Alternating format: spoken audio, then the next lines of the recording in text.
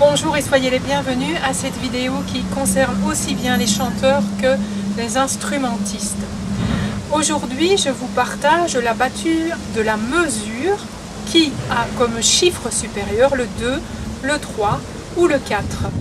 Nous allons battre cette mesure aux deux mains de manière à ce que vous sachiez et vous battre, trouver dans votre battue le côté qui vous convient le mieux, mais aussi pouvoir lire en effet miroir la battue d'un chef d'orchestre, d'un chef de chœur, qu'il soit ambidextre, gaucher, droitier, peu importe. D'ordinaire, si vous êtes en groupe, il y a une personne qui vous donne la battue de la mesure quand il n'y a pas de chef, c'est le percussionniste et spécifiquement le batteur en musique de variété. Les mesures, qu'est-ce que l'on mesure dans la mesure? On mesure le temps qui passe, oui, mais on mesure aussi les pieds. Dès lors, la mesure est au service à la base et vient de la part des danseurs et danseuses. La mesure, nous, en tant que musiciens, nous la battons ou nous l'écoutons à la batterie en fonction de notre répertoire, sachant qu'il n'y a ni bon ni mauvais répertoire. Les danseurs, il y en avait de différentes sortes. Je m'explique.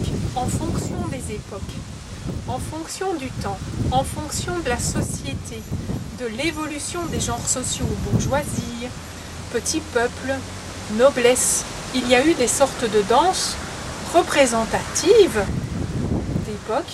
Je pense par exemple au boogie, je pense au hard rock, mais je pense aussi à la valse musette, je pense au menuet dans les palais tels qu'à Versailles. Tout ceci a donc une histoire et je vais vous proposer de battre aux deux mains. Je vais vous l'expliquer comme je l'explique à mes élèves en académie de musique, que ce soit des enfants ou des adultes, parce que c'est efficace. Je commence par mettre mes mains sur les épaules et nous comptons jusque 2, nous battons la mesure en 2 temps ensemble. 1 et 2, encore. 1 et 2, encore. 1 et 2, encore. 1 et 2, ensemble. 1, 2, encore.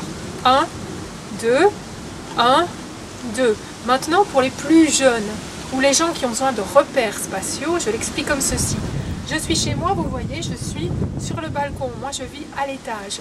Donc, pour descendre, dans le jardin, ou plutôt sur la devanture de la maison, ou jusqu'à mon garage, je dois descendre les escaliers. Donc, je refais ça avec vous. 1 et 2. 1, 2. Je descends et je reviens. Encore. Je descends et je reviens. Je descends et je reviens. En fonction de votre dextérité à la main et à l'avant-bras, vous pouvez effectuer la torsion au niveau du coude et faire donc bouger tout ceci. À quoi ça sert? Il y a deux choses. La première, c'est d'éviter des rompinets, des trucs dans l'espace qu'on ne sait pas où ça va. Et quand on doit le lire et lire quelqu'un qui est à 5 mètres, qui est en train de battre la mesure, on se demande ce qui se passe. La deuxième chose, c'est que vous donnez une dimension plus spatiale à votre battue si quelqu'un doit vous voir. On fait ça ensemble. Encore celle en 2 temps au-dessus. Ça peut être, si vous êtes déjà musicien, 2-2, 2-4, 2-8, 2-16. On s'en fiche. Même du 2-1. Ce qui nous intéresse, c'est le 2 au-dessus. Encore. C'est parti. 1, 2. 1, 2. Je descends. Je reviens. 1, 2. On s'arrête. Nous passons à la mesure en 3. La mesure en 3, l'explication c'est je descends, je vais voir le monde et je reviens. Je descends, je vais voir le monde et je reviens. Je descends, je vais voir le monde et je reviens. Je descends, je vais voir le monde et je reviens. Je descends, je vais voir le monde et je reviens. Ensemble. 1, 2 et 3. 1, 2 et 3. 1, 2 et 3. 1, 2 et 3. On refait ça encore une fois ensemble, c'est parti. Je descends, je vais voir le monde et je reviens. Je descends, je vais voir le monde et je reviens. Je descends, je vais voir le monde et je reviens. Nous passons à la mesure en 4 avec le 4 qui est le chiffre du dessus. Alors le 4-4, on va être clair, souvent c'est le rock. Entre autres. Voici comment moi je l'explique. je descends, je vais voir les gens que j'aime, les autres, et je reviens. Je descends, je vais voir les gens que j'aime, les autres, et je reviens. Je descends, je vais voir les gens que j'aime, les autres, et je reviens. En l'expliquant ainsi, j'évite chez les personnes qui sont un tout petit peu dyspraxiques ou qui ont du mal à mémoriser les mouvements, il y en a qui me battent le 3 comme ça, quoi. Alors on est perdu, et puis ils sont perdus après une année de battu de mesure. Non, non, comme ceci, c'est simple, c'est efficace. Et je vous donne une astuce après. Encore une fois, et je compte jusque 4 cette fois-ci avec vous, c'est parti. 1, 2, 3, 4.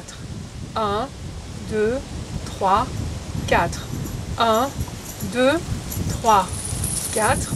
1, 2, 3 et 4. Vous voyez, moi je fais des mouvements de rotation. Ne forcez pas pour les faire. Par contre, si vous avez quelques difficultés à explorer dans l'air, dans le spatial pur, intangible d'une certaine manière, il y a des endroits où faire ceci.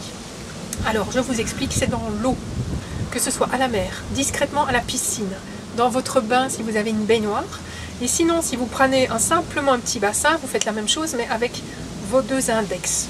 Et c'est suffisant. Ce qu'on veut, c'est avoir la somatognosie. Alors, somatognosie, waouh, quel grand mot, c'est la mémoire des nerfs, des muscles et des tendons. On veut que ça devienne automatique. Ça ne va pas se faire comme ça.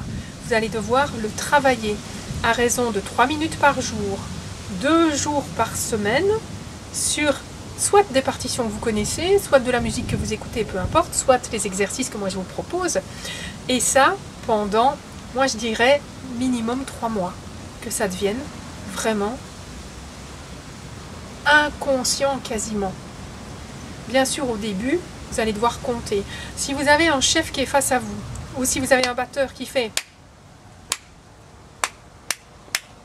vous savez que vous êtes en 4. Si vous avez un chef qui vous fait ça, et qui vous donne l'entrée, vous savez aussi au moment où vous entrez. Ça arrive comme le train qu'on arrive un petit peu en retard, un petit peu décalé, ou comme le bus qu'on arrive un petit peu en avance. Donc, on a des fois de la musique qui commence en avance, on appelle ça anacrouse, on verra ça plus tard.